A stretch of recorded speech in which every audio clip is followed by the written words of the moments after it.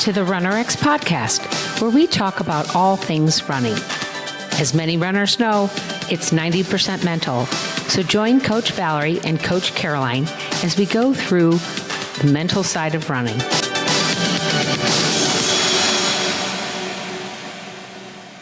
Welcome back, guys. Okay, I'm going to talk about a subject we've kind of talked about before, but I had this come up with me this week, and then I saw a great article on the 7 biggest problems with the feet.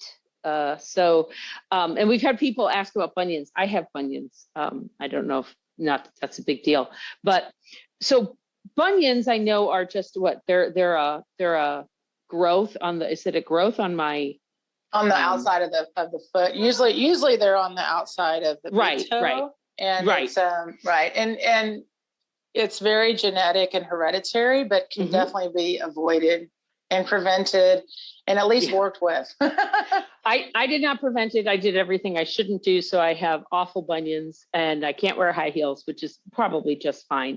But not just this article, it was really interesting. But what happened was, I don't know, I think I was at my stand-up desk. But I had this shooting pain down the arch of my foot out of like the clear blue sky. It just started hurting down the arch of my foot. And I thought, well, where is that from? Right. And so I immediately thought, what would Valerie do? And I got out my my tune-up ball and I started rolling my toes. I started rolling my not so much my arch, but more my toes, my heel. I started, I laid down and did some hip openers. So I started working on that whole chain of my foot. And so it was really interesting to me. I wanted to talk to you about the feet and how much we beat them up, right? And how important they are to our overall health, not just in running. Yeah, and it's interesting. And I always think maybe this is part of why I gravitated towards running. I'm not sure. But when I had botched surgery as a kid on my feet, on both feet, so I have missing bones in my 2 second toes. They took the bones out of those, and it's just scar tissue. And there's a lot of nerve damage and pain that goes with that. And they said when I got the surgery, you can't do sports, you can't jump, you can't push. You know, you're always going to be compromised, right? And I was like, right? Yeah. And also no high heels. So for my whole life, I've dealt with my feet. And so from the very beginning, and I'm just, one of those kids played outside barefoot. As I got more into activities, I've always had to wear like wider shoes. We always had, like, I wore Birkenstocks all through high school. And now I wear wide, I have to have a wide toe box. But I tell people, like, the more you're connected to your foot, and it's so simple, like the exercises are so easy, toes crunches or picking up things with your toes, that if you've ever been to physical therapy, if you've got plantar fasciitis or shin splints, it's the first thing they give you, and you don't, you don't even need to have anything. And most people, because of the disconnect with the foot, with the shoes, number one, with just not doing foot exercises. It's amazing if you're not connected with your feet, just like you said, the rest of the chain all the way up the body is compromised. Right.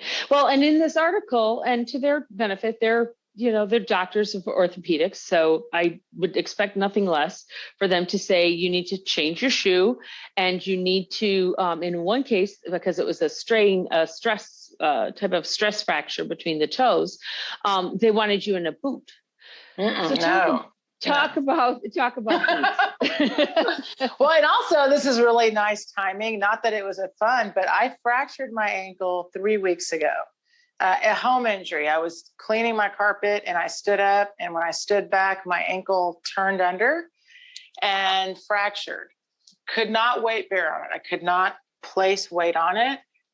It's 3 weeks later and I'm running and I'm just fine. I never put anything on it. In fact, now if you break something, please know that go to the doctor. But when you have things that are like, need just recovery and rest, did I bounce on it? Never. Did I put more weight than it could take? Never. However, you need to keep blood flow and movement to the foot. most broken feet anyway, guys, unfortunately, all they'll do is tell you to tape the toe, next to the other one or something like that. And so the boot, unfortunately, now let me say this, if you're out that you work in a job where you are around a bunch of people and they could knock into your feet, then yeah, protect that foot. Absolutely 100%. But to heal and recover the foot itself, the foot needs to be free. And you need to learn to, work the foot. And if you're sitting elevated, absolutely. But the thought that we need to restrict the foot itself, it's kind of old fashioned. And, and again, nothing against podiatrists because they deal with like big issues. But guys, if you have like, you're running and this is just, I watch this all the time in people. I've worked with a lot of people that they were stuck in a boot and then they get out of the boot and then what? Now you're starting all the way over. Why not do the exercises that you can still do while you're recovering? That is a perfect segue to the next thing I was going to talk about is we've talked about our membership and that's one of the reasons why we've had a couple of people ask like, hey, I'm injured or I'm going through some pain right now with my feet. Can I still come into the membership? They want to come in before we raise the price. But that's when I say, yes, actually, I prefer you almost to come in and go through the 3-week immersion that we go through where we're really concentrating on pose, fall, pull, and because they can work on the mental side. Yes, it's all static. So talk about that. Talk about that staticness and the perception of learning that new movement.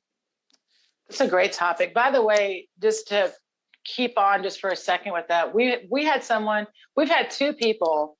One came all the way through the membership. One I worked with at the military. Both of them were scheduled to have surgery for compartment syndrome on their shins, which is extremely painful, guys. I mean, it's like a shin splint gone so wrong. And both of them decided, I do not want to have surgery. I would rather try to correct my running form. And fortunately, both of them had like the wherewithal to do it, if you will.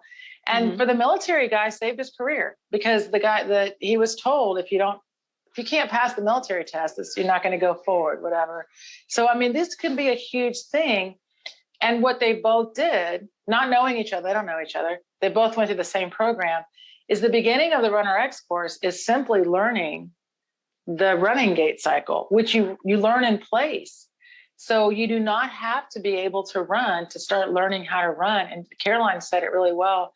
The shift in mindset of learning to run almost requires you to not run for a couple of weeks. Right. Because every time right? Yeah, that's kind of what I told the one lady. She said she needed to, she had a stress fracture and she needed to rest for 3 weeks. And I said, that's actually perfect. I would rather you just listen to what Valerie says.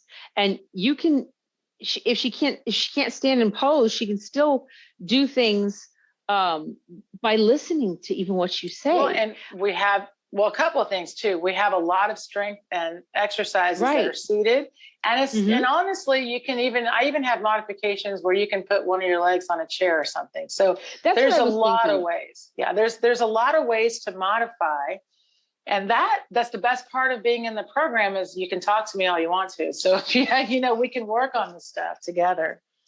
Right. And I'm sure, bringing the idea of self-care to your podiatrist is not going to be something that they're foreign to, right? That is what the article that I read that talked about these 7 things. They did say things like rolling your foot on a frozen bottle, right? Sure. That sort of thing.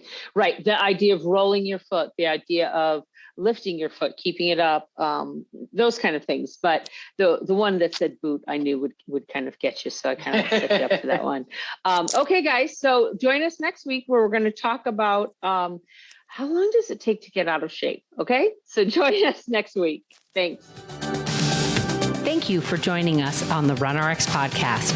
If you'd like to know more, join us at www.runrx.fit. And if you have additional questions that you'd like answered on the podcast, email us at support@runrx.fit.